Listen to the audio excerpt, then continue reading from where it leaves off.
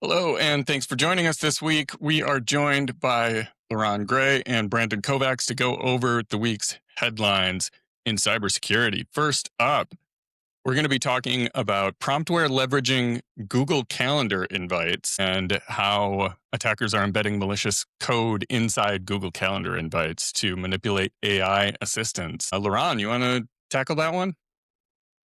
Yeah. So like Google Calendar invites aren't new, aren't a new vector. They've been around for a bunch of years, but I think the integration of AI and Claudebot and all that stuff into your daily calendars and anything that can provide any sort of remote code execution is pretty dangerous, right? For lack of a better Yeah. word. It's very interesting that people are prompting the AI assistants to do that. But I think it's just going to be a new attack surface that everyone has to worry about, right? Getting prompt injected depends on the quality of the model, it depends on the quality of the software handling the model. And so if one person is vulnerable, everybody's vulnerable. So calendar invites, taking an old trick, teaching it to a new dog, I think is a pretty interesting approach for malware authors. Yeah. So just decline everything. Yeah, I don't go to meetings. Let's see. We also have from the Hacker News first malicious Outlook add-in stealing credentials. This is a hijacked Microsoft Outlook add-in that used an abandoned domain to serve a credential harvesting login page, exposing how trusted marketplace integrations can be attack paths. Laurent, you have anything on this too? I like this attack a lot. I was just introduced to it, and I think that domain takeovers can happen anywhere in places that people don't expect, right? We talk about subdomain takeovers in the normal context of, hey, you hosted a resource here, and now it's no longer there, and so I take over it. And we look for that like with all of our clients, really. But the interesting thing here is that particularly in the Azure and Microsoft ecosystem, when you have something that's called a multi-tenant app, it applies to any tenant where that application is installed. So for example, if you have like an application like 1Password, for example, all right, 1Password is what we consider a multi-tenant app because multiple tenants are allowed to authenticate to it. So in this particular vulnerability, this attacker found an abandoned domain that was used in a multi-tenant application in the form of an Outlook add-in. And more importantly, this Outlook add-in had very specific permissions, right? Sort of slightly privileged permissions that allowed them to, I believe it was to read mail or something like that and to write mail. And so those sorts of things can just pop up anywhere. So the moral of the story is you really need to be reviewing your Outlook add-ins, your applications, anything that is a third-party asset, right? As part of your third-party risk management profiles. Yeah. And if you just want to block them overall, right, all these random add-ins, you should probably do that too. Yeah. Yeah. We also have from Security Week, we've got Zero Day Rat Mobile Spyware Kit that is a new spyware toolkit that's capable of full iOS and Android compromise being marketed openly via Telegram. So that is a lower barrier to full device compromise capabilities. What's the implication here? Well, mobile devices are hard for exploitation anyway, right? They require Yeah. some sort of user interaction. Usually you Yeah. install an app or something like that, and the user is then compromised. But in this case, the fact that it's being distributed isn't new. Malware researchers sell their stuff everywhere. Telegram, WhatsApp, dark web type stuff. That's not a new concept. When they say nation state grade mobile capabilities, I wonder about that, but I do think that a lot of the information that you would find in a mobile implant is pretty generic across the board, such as right things that are on the clipboard, where you have your passwords, being able to enumerate the applications and their services and their databases and whatever application data exists. If this is just a sort of a user level uh, application compromise, meaning that you don't have full kernel level compromise for that device because it's not rooted or something like that, then sure, it can be nation state level as we consider it, but Yeah, if it's not something like, I don't know, Pegasus, right? Um, all you really need to do, and I say all, so take that with a little bit of grain of salt here, but like all you really need to do is ensure that you aren't installing things that you shouldn't be installing. A lot of applications on the marketplace are not good. They are intended to be devious in some way. And mhm, so, particularly on the Android and Google Play system, right? That's where you yeah, find the majority of things that are less vetted than the iOS Apple Play Store. And so, just be careful, I yeah, guess. That's the most advice you can give yeah, anybody. Yeah, and the yep, problem is definitely more pervasive on Android app stores, just because their rules for releasing applications are less restrictive as they are for the iOS ecosystem, right? Getting an yeah, application deployed. But yeah, at least from my understanding, this attack chain, the mobile rat, at least how they market themselves, it's an all-in-one kit where there's a web dashboard. The operator can customize their payload, create something, and then from there, it's up to them on how they actually deploy it, whether it's through phishing or coercing the victim some way, shape, or form to visit a website. And at least from the report here, from what it says, it looks like it exploits some sort of browser-based vulnerability. All the user has to do is visit the web page, and then from there, it's able to establish a foothold onto the device, perform privilege escalation, and then from there, yeah, compromise the device and access the underlying, hardware sensors, GPS, accelerometer, things of that sort, the photo, its ability to turn on the cameras remotely, tap the microphones. And yeah, if anything, it really highlights how capabilities that were traditionally reserved for nation state level adversaries, right, are now being commoditized and sold for anyone to use and have those capabilities. It doesn't, instead of like, if anything, it shows how someone's taking what it would typically be a $1 or $2 million 0-day exploit that would, typically be sold to like some sort of exploit broker, but instead they're packaging it and commoditizing and selling it and making it freely available for other threat actors to utilize. And that's pretty wild. And in my yeah, opinion, I think it's only going to get worse just because if you think about it, the barriers to entry to pull this off are what? Technical software development capabilities, R&D. And now you're looking at the capabilities of coding agents just increasing exponentially. If you look at like coding benchmarks and their ability to think and reason and solve problems.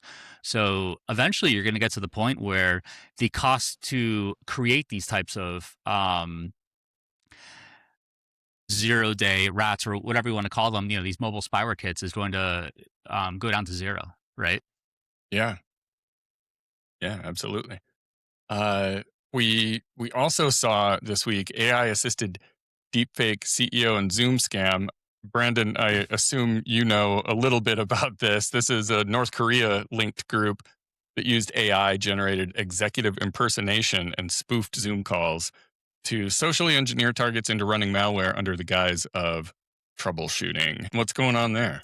Yeah, I mean, if anything, this is just another example of how deepfake technology, whether it's video impersonations or voice impersonations, or just used together, right, in a real time Yeah, aspect over a Zoom teleconference call, it shows how this technology is being used to, I mean, not only conduct fraud and steal millions of dollars of cash, but also used to gain initial access into environments, right? Starting in what, early of 2024, there was the first public incident of a video impersonation in which threat actors impersonated the chief financial officer of a multinational organization. yeah, Similar attack chain, right? Where that person received a calendar invite to join a Zoom call. They joined that Zoom call, thought they were talking to company leadership. In this case, it was the chief financial officer. And long story short, that person was instructed to send $25 million, which they did because it was their CFO telling them what to do. Uh, so fast forward now 2 years, we're seeing that it's the same exact attack chain, right? They're sending out fake calendar invites to people, getting them to join a call. They think they're on a call with company leadership or people within the organization who they inherently trust. When they join the call, they see the person, they recognize the person. It's live, right? They're interacting with that person, and they're inherently trusting and doing whatever they ask them to do. In this case, it's called a click fix attack, in which they pretend they're troubleshooting, right? Hey, can you run this command? Can you run that command? What's the output? And using that in this case to establish a foothold on that environment, and then from there use that initial access to then pivot, move laterally towards whatever their trophy goal or whatever whatever their objective is. But Yeah. obviously, given who this threat actor is and given what they've historically targeted, and also given this incident, again, they're just targeting cryptocurrency and finance related firms, obviously, for to steal the crypto and fund all sorts of nefarious programs. Yeah. Uh, Lastly, we have Poland energy grid cyber attack. This was a cyber attack that exploited the exposed edge devices and risk of IT to OT pivoting in critical infrastructure environments. This came from Cyberscoop. Brandon, do you have any insight onto that?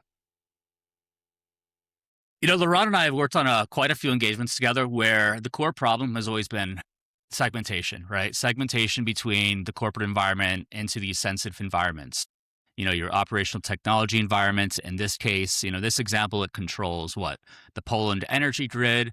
In other instances, other businesses have other environments that control all other whatever sensitive things they're working on. So yeah, if anything, it really highlights the need to properly segment your environments to prevent an attacker from pivoting and moving laterally between various endpoints, right? So if one device is compromised in, say, your IT or corporate environment, it prevents or mitigates the ability for the attacker to then pivot into that OT environment. In this context, it looks like it was an environment that was responsible for controlling their energy grid, right? Yeah. I'll add that it's interesting that historically there's been a separation between IT and OT, but with the cloud environments, there is now the possibility of including things like device updates right from your cloud environment.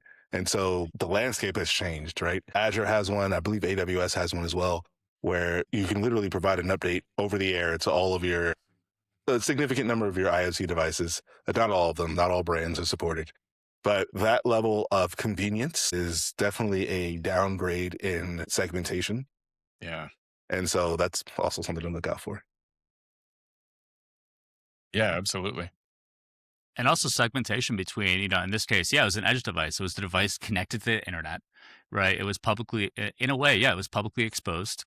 And because there wasn't proper segmentation between that device and whatever, the internal network, hackers were able to essentially pop that and then pivot into wherever they need to get to. So again, it really highlights the core issue here, and that is, proper network level segmentation between the devices to prevent